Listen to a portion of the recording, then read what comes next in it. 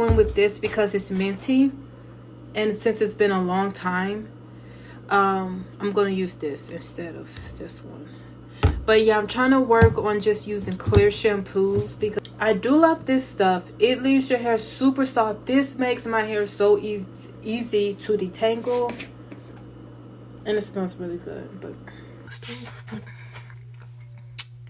it's wash day, boo boo.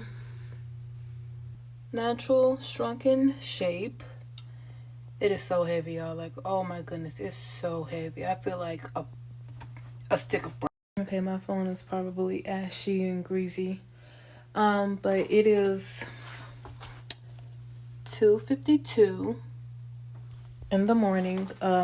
Just finished my hair. Oh my goodness. There was a lot of detangling, sectioning. Yeah, so I did do like my own trim or whatever, and I know I could so dang it, I have my flattening brush in the kitchen on the stove cooling off because that's the only place I could have put it at without it catching a fire to anything else or whatever. And I just used this little Revlon brush. I'm about due for a new one.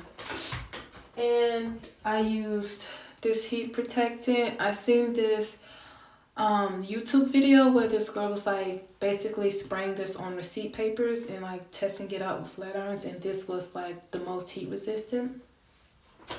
And I used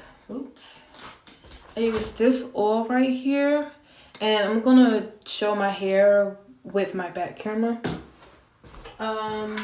I used the wide tooth comb, but I mean this is how it turned out, you know. So do I get it like this? Length check. Hair is just so thick. So